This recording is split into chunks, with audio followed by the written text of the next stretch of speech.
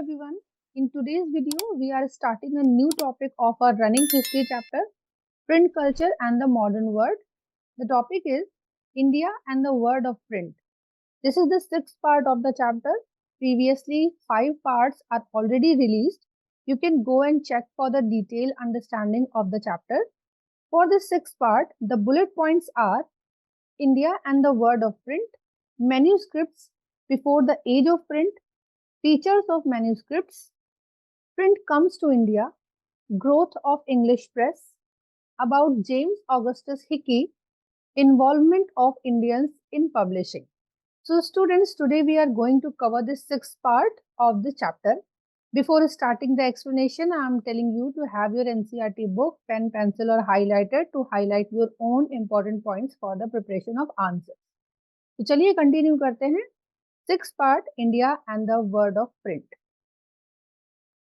जैसा कि आपको टॉपिक से समझ में आ गया होगा, ये प्रिंट का टॉपिक यूरोप से उठ के हमारी कंट्री में भी आ चुका है. अब हम पढ़ने जा रहे हैं कि कैसे प्रिंट कल्चर ने वर्ड को तो इन्फ्लुएंस किया ही किया, इंडिया में इसकी भूमिका क्या थी, इंडिया पे इसने क्या इम्पैक्ट डाला, इंडिया में क्या क्या चेंजेस आए.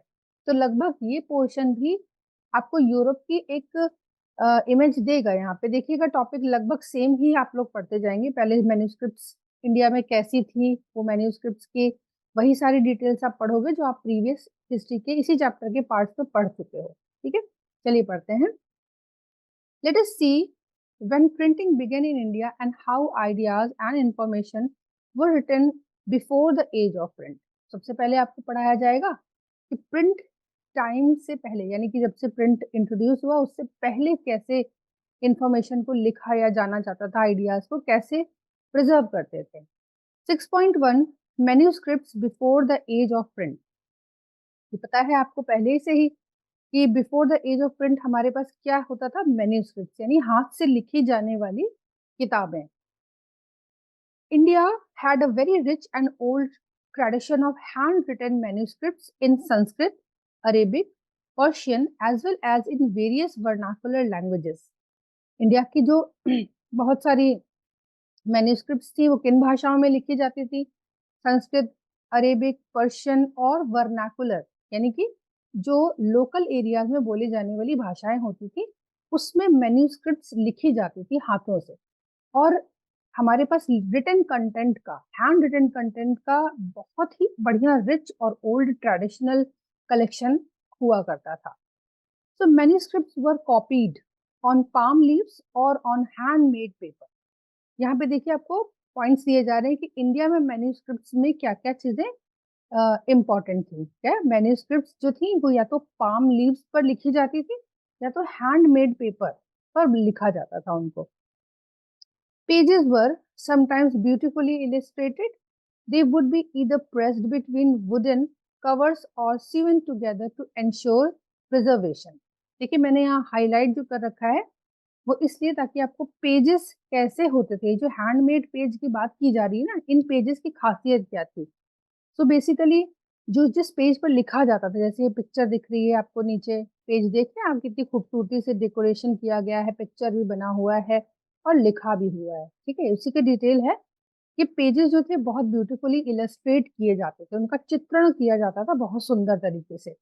पेज बनता कैसा था, either pressed between wooden covers. ये किताबों में जो फर्स्ट एंड लास्ट मोटा सा कवर होता है ना, वो लकड़ी का कवर होता था. उनके बीच में किताब के बेसिक पेजेस रखे जाते थे, उनको आपस में दबाकर सिल दिया जाता था ताकि अंदर के पेजेस उन लकड़ी के मोटे मोटे कवर्स के बीच में अच्छे से प्रिजर्व रहे. ठीक है, इतनी जल्दी वो खराब ना होने पाए. Manuscripts continued to be produced till well after the introduction of print down to the late 19th century. ठीक है, जब प्रिंट कल्चर इंट्रोड्यूस भी हो गया था लेट 19th सेंचुरी के टाइम तक, तब भी मैन्युस्क्रिप्ट्स बनाना या लिखना ये कंटिन्यू रहा था इंडिया में. ठीक है, नेक्स्ट पैराग्राफ देखते हैं. अब ये यहाँ पे है, जैसे मैंने आपको बताया बुलेट पॉइंट्स में कि मैन्युस्क्रिप्ट्स के बारे में है. यही पॉइंट्स आप पहले भी यूरोप वाले पार्ट में पढ़ चुके हो. ठीक है, कि मैन्युस्क्रिप्ट्स कैसी होती थी. Manuscripts however were highly expensive and fragile. ये तो आपको पता है बहुत महंगा काम होता था और बड़ा फ्रेजाइल, बड़ा नाजुक सा भी काम होता था ये। They had to be handled carefully. अब फ्रेजाइल है तो उसको बहुत ही ज्यादा केयरफुल तरीके से हैंडल किया जाता था। And they could not be easy read easily as the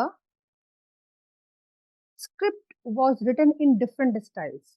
अच्छा, उनको पढ़ना भी बहुत आसान नहीं होता था कि जैसे आज की किताबें हैं, आपको भाषा आती है, आपने फटाफट पढ़ लिया। तो अलग अलग स्क्रिप्ट को अलग अलग स्टाइल्स में लिखा जाता था, इसलिए उसको पढ़ना भी उतना आसान नहीं था उस टाइम में। यहाँ पे देखो ऋग्वेदास के पेजेस दिए हुए हैं, आप कहेंगे ये कैसे पेजेस हैं? पतली पतली पेजेस या लकड़ियां या पाम ट्री पर, इनको पाम लीव्स पर लिखा गया है। और स्क्रिप्ट जैसे कि आप देख रहे हो तो किस देखकर ही समझ में नहीं आ रहा है कि किस तरीके से इसको लिखा गया है। ठीक है, पढ़ते हैं आगे। So manuscripts were not widely used in everyday life. तो ये जो मैन्यूस्क्रिप्ट्स थी ना, ये आजकल की किताबों की तरह नहीं थी कि हर घर में प्रेजेंट है और आप डेली में उसको उठाएं और पढ़ने लगे फटाफट। एक तो फ्रेजाइल थी, बनने में बहुत टाइम लगता था, तो सबके घर घर में फेमस नहीं थी, घरों में अवेलेबल नहीं थी। फ्रेजाइल होने की वजह से उनको बहुत ज्यादा संभाल के रखा जाता था। तो हर अ, परिवार या घर में हर डे एवरीडे लाइफ में उसको यूज नहीं किया जाता था। तो अगर एवरीडे लाइफ में किताब जैसी कोई चीज थी नहीं, बुक मैन्युस्क्रिप्ट जैसी कोई चीज थी नहीं, तो फिर एजुकेशन कैसे पार्ट की जाती थी? कोई ज्ञान है वो हैंड ओवर कैसे किया जाता था? अब देखते हैं आगे। Even though pre-colonial Bengal had developed an extensive network of village primary schools। पहले के टाइम में प्री कॉलोनियल बंगाल यानी कॉलोनियल रूल इंडिया में होने से पहले का जो बंगाल था, वहां पर भी गांव में भी प्राइमरी स्कूल्स हुआ करते थे। मतलब छोटे बच्चों को पढ़ाने का अरेंजमेंट था, पढ़ाई होती थी। बट कैसे?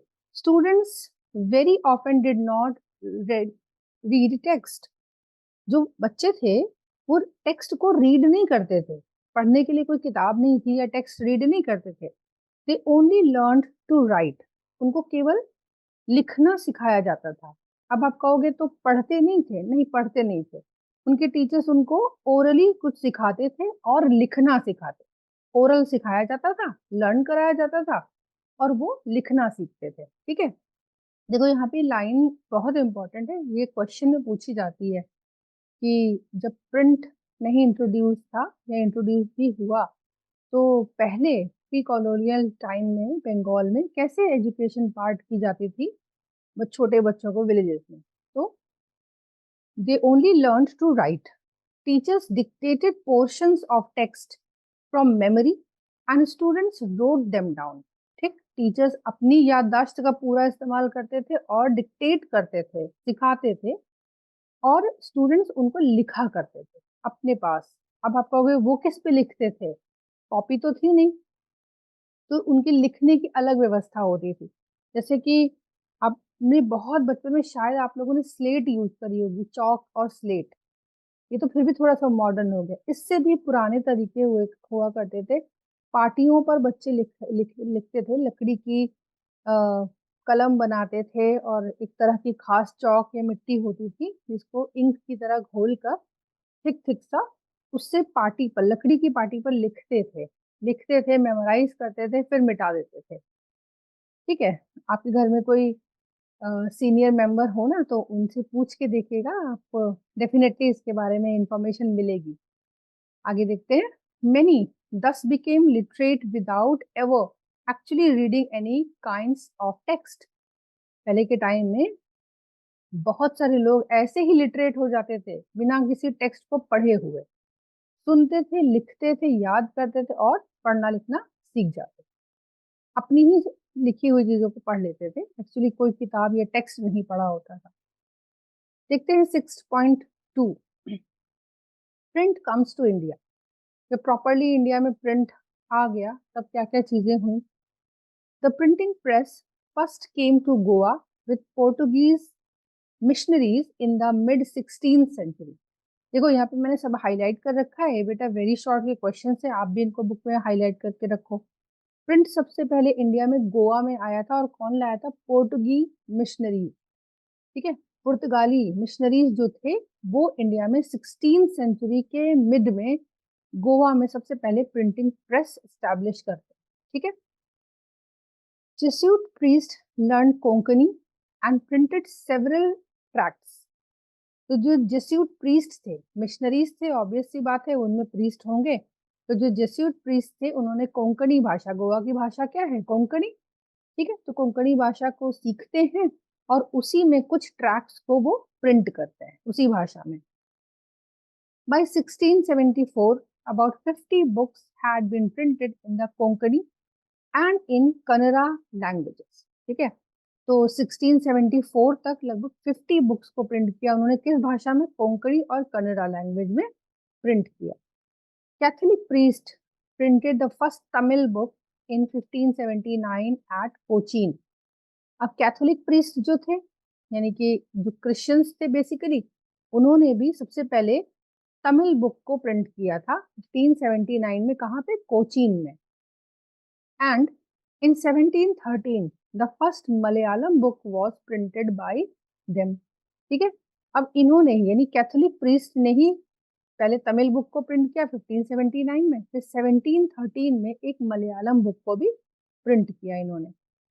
By 1710, Dutch Protestant missionaries had printed 32 Tamil texts, many of them translations of older works, ठीक है।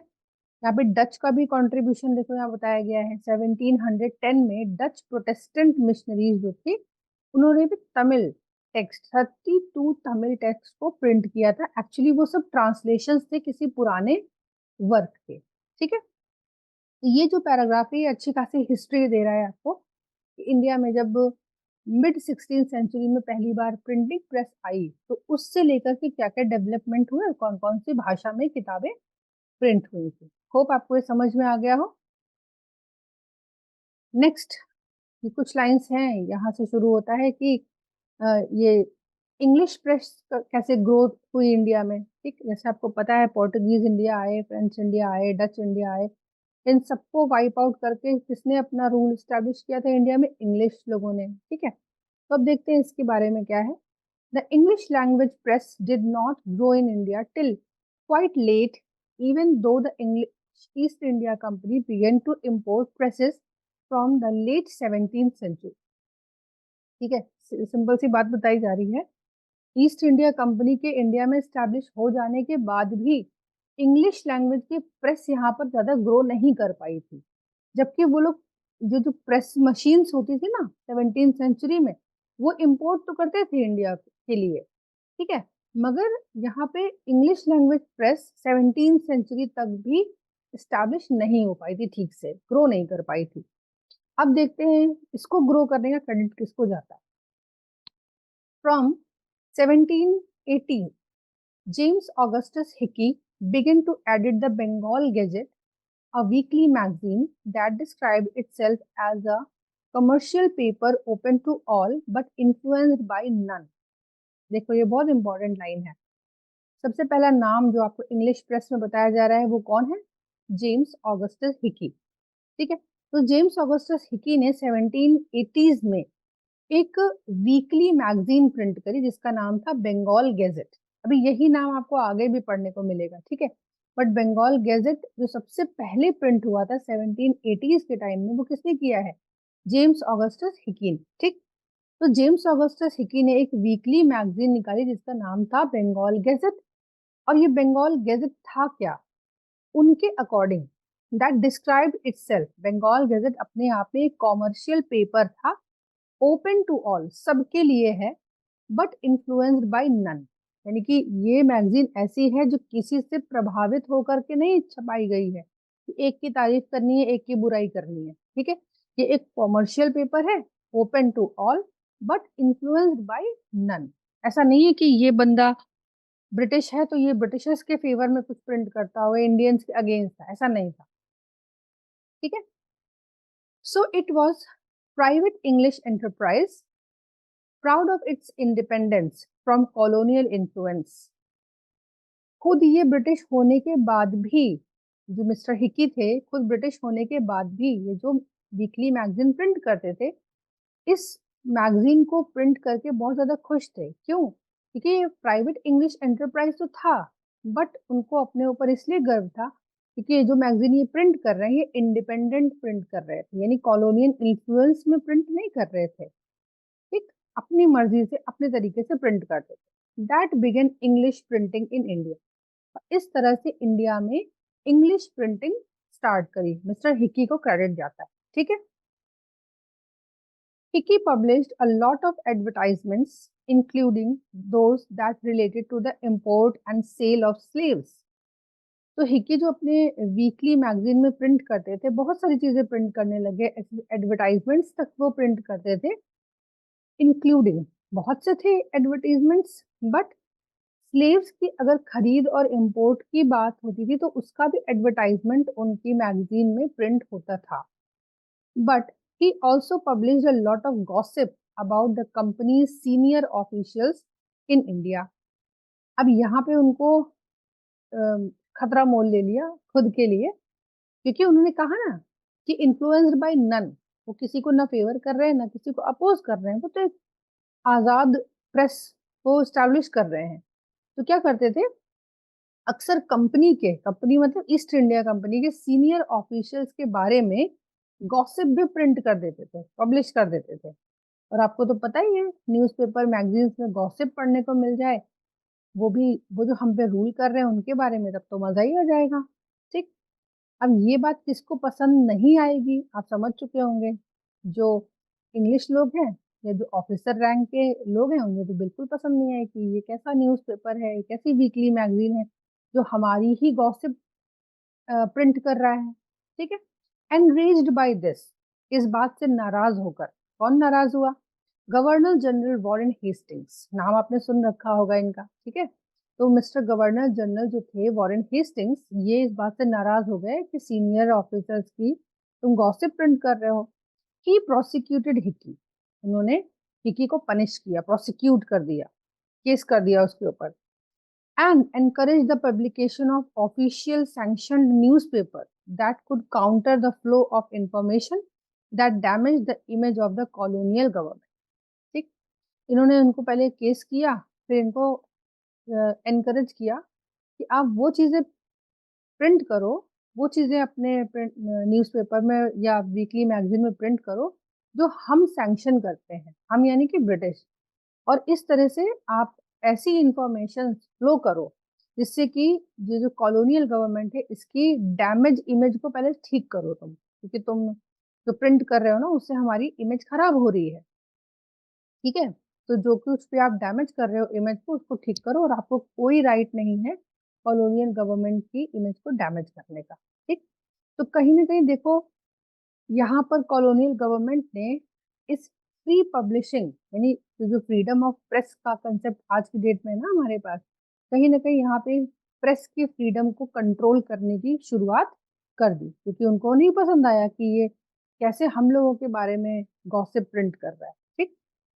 By the close of the 18th century, a number of newspapers and journals appeared in print. तो 18th century आते आते बहुत सारे newspapers print होने लगे, journals print होने लगे। There were Indians too who began to publish Indian newspaper. अब जब ब्रिटिशर्स सक्सेसफुली प्रिंट करते थे तो इंडियंस कहाँ पीछे रहेंगे, जो लोग सीख पाए, जिन्हें भाषा आती थी, जिनके पास इतने टैक्टिक्स थे, वो इंडियंस भी इस पब्लिशिंग इंडस्ट्री में आ गए और इंडियन न्यूज़पेपर्स को भी प्रिंट करना शुरू कर दिया। The first to appear was the weekly Bengal gazette, मैंने बोला था ये दोबारा नाम आएगा, ठीक है।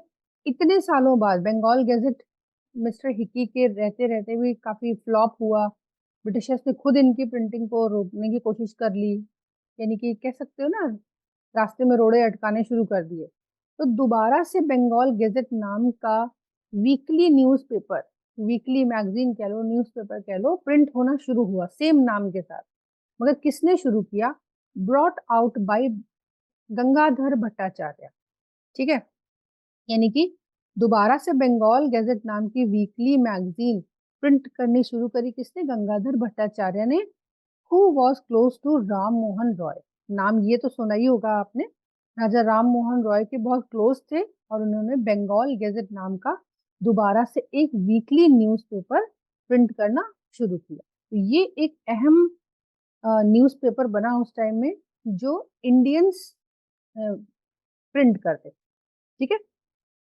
होप बच्चों आपको ये 6 पार्ट अच्छे से समझ में आया हो, ठीक है। तो अभी का वीडियो मैं यहाँ पर क्लोज कर रही हूँ। 7th पार्ट हम लोग 7th वीडियो में पढ़ेंगे।